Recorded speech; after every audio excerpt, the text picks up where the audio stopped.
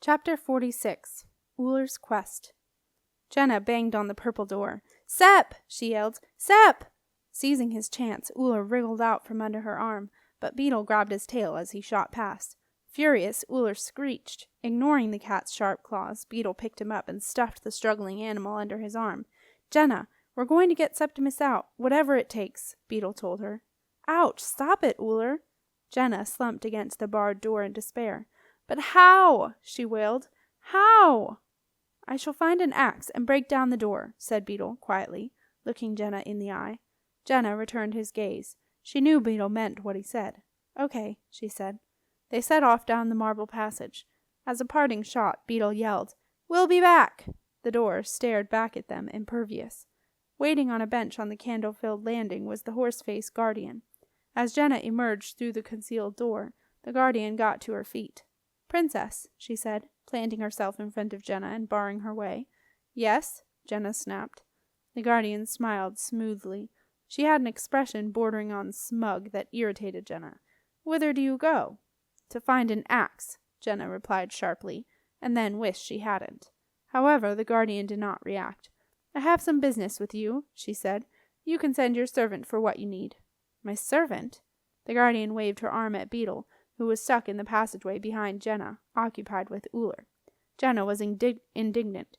"He's not my servant," she said. "What is he, then?" "He is not a what, he is a who, and it is none of your business. Would you let me pass, please? We have things to do." Jenna tried to sidestep the guardian, but once again her way was barred. "Whatever it is you wish to do," the guardian told her, "there is no need for haste. You have eternity in which to do it. You are no longer on the donkey cart of time, forever trundling onward." "Thank you," said Jenna icily, "but I quite like the donkey cart. At least it gets you somewhere. Now excuse me." "You are young, so I will excuse you. Now give me the key." "What?" "The key." The guardian indicated the key to the queen's room, a beautiful gold key set with an emerald that hung from Jenna's belt. "No!" "Yes!" The guardian grabbed Jenna, digging her nails into her arm. "You must!" she hissed. "It belongs to the house. You have stolen it." "I have not!" Jenna was furious. "Let go of me!" The guardian shook her head. "Not until you give me the key." She smiled, her horse teeth glinting in the candlelight. "I am patient. Time is nothing to me, although it still has meaning to you, it seems. I will wait. We can stand here as long as you like." The nails sunk deeper into Jenna's arm. "Let go of her!" There was an edge of menace in Beetle's voice that Jenna had not heard before. "Your servant is very loyal," the guardian said with a sneer. Suddenly a long, rumbling growl began somewhere by the guardian's knees. She looked down, and the night Uller, ready to pounce, stared back with angry eyes. "Let go of the princess," said Beetle quietly, "or she will set her panther on you." The guardian let go. A panther was a panther, whatever time it was. Beetle grabbed Jenna's hand. "Come on," he said. "We've got an axe to find." Too afraid to move, the guardian watched them walk swiftly across the landing, and then, as the panther suddenly veered off and raced up one of the turret stairs, saw them break into a run. "Uller!" yelled Jenna, racing off in pursuit. "Come back! Uller!" Unused to such excitement, the guardian resumed her place on the bench and waited, knowing that all things in the House of Forks come to those who wait. The turret stairs were steep, narrow, and seemingly endless. Jenna and Beetle pounded up after Uller and came to a halt at a small stone archway. The stairs carried on upward, but through the archway Jenna could see a long dark corridor lit by a few sparse candles. She stopped and tried to catch her breath. Which way had Uller gone? Beetle caught up with her. "Can you see him?" she puffed. Too breathless to speak, Beetle shook his head. Then, in the light of the very last candle at the end of the corridor, he caught a glimpse of the orange tip of Uller's tail. "There!"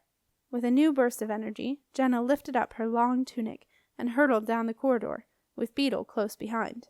The corridor followed the shape of an octagonal turret, each 135-degree bend turning just enough to obscure their view of the next. The turret was rougher than the marble opulence of the main part of the House of Forks, and their feet echoed on bare stone flags as they ran. So intent were Jenna and Beetle on catching up with Uller that they paid no attention to the little rooms that led off from the corridor. Each one was lit by a single candle and occupied by shadowy figures slowly performing their familiar everyday routines, as some of them had been doing for thousands of years. As Jenna and Beetle rounded each corner, they caught a brief glimpse of Uller's tail disappearing around the next, then the next, and the next. A few of the inhabitants of the turret glanced up, first at the panther, and then at the hurried footsteps of Jenna and Beetle, but none paid them much heed. As they rounded yet another corner, Jenna realized there was no sight of Uller's tail. She stopped to catch her breath. "Can't see him," she puffed, as a few seconds later Beetle caught up with her. "Gone." Beetle leaned against the wall, gasping. He had led a sedentary life up until the previous few days, and the last few minutes had just about finished him off. "Ah," was all he could manage in reply. Suddenly, from somewhere down the corridor, there was a scream, and then a yell of joy. "Uller! Uller! Uller! Uller!" Jenna looked at Beetle, half excited, half afraid. "It's Snorri," she whispered. "It is?" "Yes, it is. Oh, Beetle, Snorri is here. So Nico must be too." Then an awful thought struck Jenna. What if Nico wasn't there? What if something had happened to him and it was just Snorri? Jenna looked at Beetle. "I'm scared," she whispered. "Scared we've come all this way and he won't be here." Beetle put his arm around Jenna. "There's only one way to find out," he said. "Come on, let's go see." It felt like the longest walk Jenna had ever taken. She and Beetle went slowly, looking inside each dimly lit room. In the first room were 2 beds and a simple table. 2 girls were sitting at the table chatting quietly, a bottle of wine between them. The second room was sparse and barrack-like. At the end of a narrow bed with folded blankets, a man sat polishing a gleaming suit of armor. In the third room, a hammock was slung from one wall to another. The only piece of furniture was a large trunk, on which an old man with a full white beard and a tattered sailor's uniform sat knitting. The fourth room was lined with books. In the shadows, Jenna saw the outline of a woman in a long dark dress, hunched over a desk, writing. The fifth room was empty. The sixth contained 3 members of the pointy hat contingent, sitting around a table playing a board game. The seventh contained Snorri Snorrelson. Clutching Beetle's hand with her heart beating so loudly she was sure Snorri could hear it, Jenna walked softly through the doorway and stood in the shadows. All she could see was the candlelight reflecting off Snorri's white blonde hair, and the dark shape of Uller enclosed in Snorri's arms. There was no sign of Nico. And then, "Jen?"